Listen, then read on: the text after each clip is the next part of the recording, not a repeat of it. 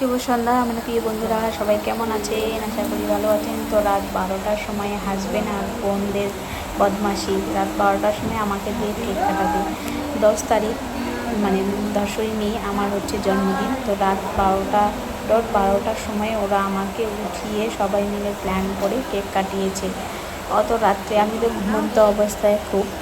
তো ওরা আমাকে হাসানোর জন্য, আমি বলছি না আমি কোনো কেক কাটবো না, তো ওরা আমাকে হাসানোর জন্য বিশেষ করে আমার কেকটা নিয়ে এসে সারপ্রাইজ করার জন্য, যে আমার হাজব্যান্ড আমাকে হাসিয়ে যাচ্ছে। আর লাইটটা সবসময় খালি অন অফ করে উনি আমার ডিজে লাইট জ্বালাচ্ছে, ডিজে লাইটের জন্য এরকম করছে।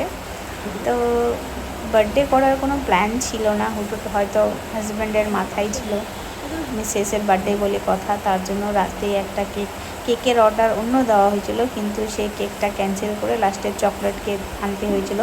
আমি চকলেট কেক পছন্দ করি না, কিন্তু অপশন নেই, কী করি, অনেক রাত হয়ে গেছিলো। 10:30টার সময় ও অর্ডার দিয়েছিল, যার জন্য কেকটা ওটাই আনা হয়েছিল আর কি। ও আর কি আনিয়েছিল আর কি, আমাকে বলেনি কি কেক এনেছিল, ও অর্ডার দিয়েছিল। যাই হোক, আমাকে খুশি করার জন্য যা করেছে যথেষ্ট করেছে, অনেক ভালো করেছে।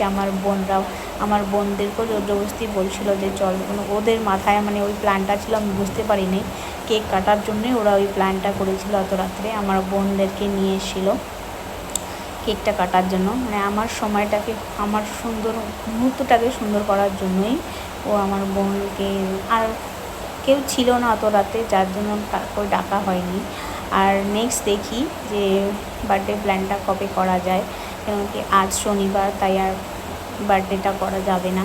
রাতে কেকটা কাটিয়ে নিয়েছি, কেকটা অবশ্য ভেজ ছিল, যার জন্য আর কি অসুবিধা হয়নি। আজ শনিবার, আজকে নিরামিষ খেতে হবে, ননভেজ কিছু খাওয়া যাবে না।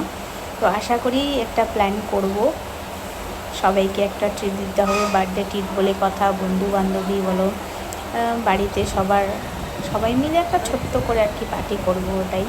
তো আমার এই ছোট্ট সারপ্রাইজটা তোমাদের যদি ভালো লেগে তাহলে অবশ্যই একটা লাইক কমেন্ট শেয়ার করো। আজকে এই পছন্দই, টাটা বাই বাই, আবার দেখা হবে।